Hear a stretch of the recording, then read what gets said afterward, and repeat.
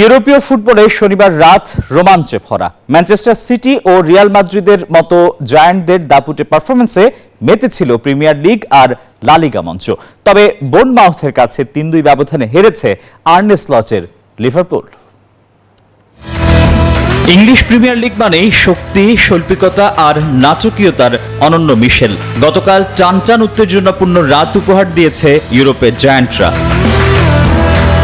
Manchester city নিজেদের আধিপত্য বজায় রেখে ২-০ গোলে হারিয়েছে ইংলিশ ক্লাব উলভারহ্যাম্পটনকে। ম্যাচ জুড়ে দাপুটে পারফরমেন্সে পেপ গার্দিওলার দল প্রমাণ করেছে ফুটবলের মাঠে তারা এখনো ভয়ঙ্কর। টেস্ট ম্যাচে ৪৬ পয়েন্ট নিয়ে টেবিলের দ্বিতীয় স্থানে রয়েছে ম্যান সিটি। ম্যাচে ৬৬% বলের দখল করে রাখে সিটি। সবশেষ অ্যান্টনি সেমেনিও ও মারমুশের গোলে পূর্ণ পয়েন্ট নিয়ে মাঠ ছাড়ে পেপ গার্দিওলার শিষ্যরা।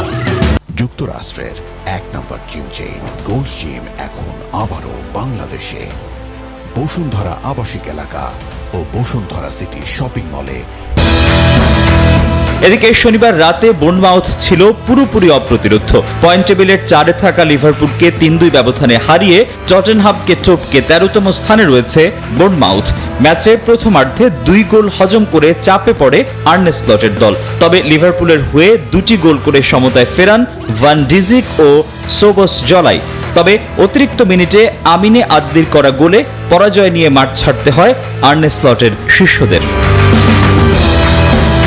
অন্যদিকে লা লিগায় ভিয়ারিয়ালকে ২-০ গোলে হারিয়ে পূর্ণ পয়েন্ট তুলে নিয়েছে রিয়াল মাদ্রিদ। ২১ ম্যাচে ৫১ পয়েন্ট নিয়ে বার্সেলোনাকে টপকে টেবিলের শীর্ষে রয়েছে লস ব্লাঙ্কোসরা। প্রথমার্ধে দুদলই গোলের দেখা না পেয়ে বিরতিতে যায়। বিরতি থেকে ফিরে এমবাপ্পের গোলে লিড নেয় Real Madrid.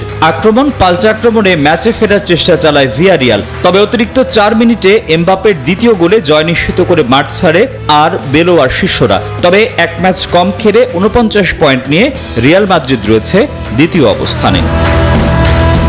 Desk report, news 24।